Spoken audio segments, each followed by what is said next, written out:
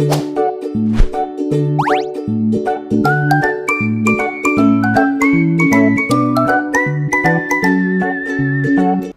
teman-teman semua, perkenalkan nama saya Fatmawati dengan akhiran NIM 039. Pada kesempatan kali ini, saya akan menjelaskan mengenai 4 komponen tentang bahasa Indonesia. Apa saja sih 4 komponen yang akan saya jelaskan itu? Yang pertama adalah aturan ejaan, yang kedua adalah diksi, yang ketiga adalah kalimat efektif, dan yang terakhir adalah jenis-jenis teks. Mari kita bahas komponen yang pertama. Komponen pertama itu ada aturan ejaan. Aturan ejaan bahasa Indonesia. Di sini ada 4 aturan. Yang pertama, huruf kapital. Huruf pertama pada awal kalimat. Ya, sudah tentu harus menggunakan huruf kapital pada huruf pertama di awal kalimat. Yang kedua, huruf pertama pada kata benda, nama orang, nama gelar, dan nama jabatan. Ya, sudah tentu harus menggunakan huruf kapital pada huruf pertama, kata benda, nama orang, dan nama gelar, dan nama jabatan juga ya teman-teman.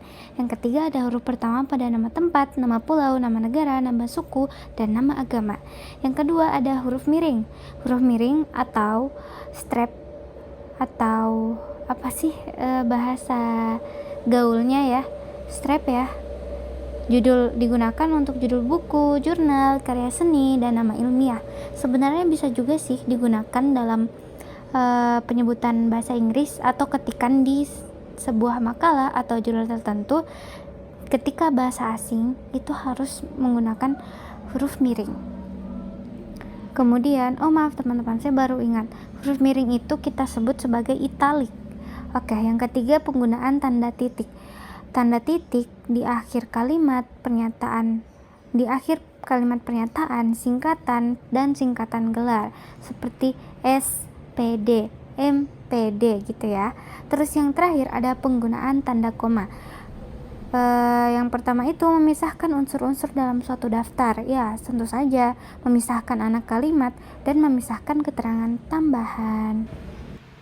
Pengertian dari ejaan sendiri yaitu ejaan bahasa Indonesia merupakan aturan penulisan kata, huruf, dan tanda baca agar komunikasi tertulis lebih jelas dan seragam. Mari kita lanjut ke komponen yang kedua, yaitu diksi. Penjelasan mengenai diksi akan saya jelaskan pada materi berikut. Sebelum mengetahui jenis-jenis diksi, kita harus mengetahui apa sih diksi itu.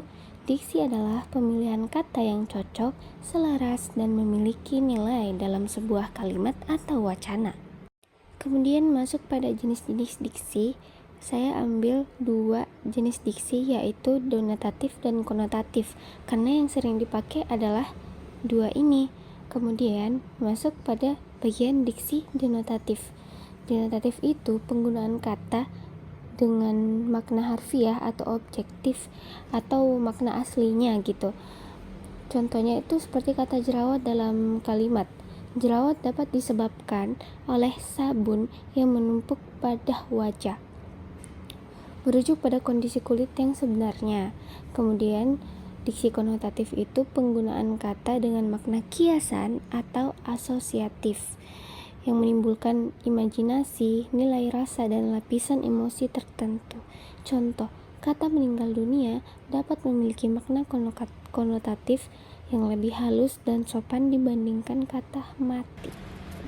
Nah, itulah tadi penjelasan mengenai diksi yang saya ringkas. Kemudian kita lanjut pada komponen yang ketiga, yaitu kalimat efektif.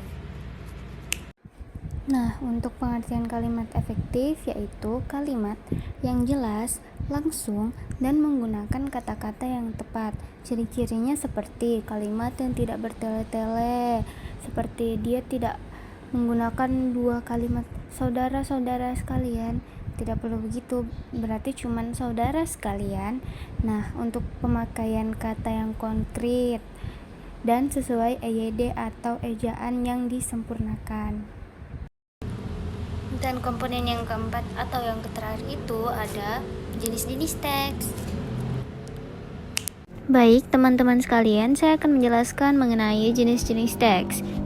Oke teman-teman, kita mulai dari tes deskripsi dulu. Nah, tes deskripsi ini berisi gambaran objek, tempat, atau suasana secara detail agar pembaca seolah-olah melihat langsung. Contohnya seperti laporan perjalanan, tes deskripsi tentang tempat wisata. Kita bisa lihat tes deskripsi ini di cerpen, bisa di media juga bisa, guys.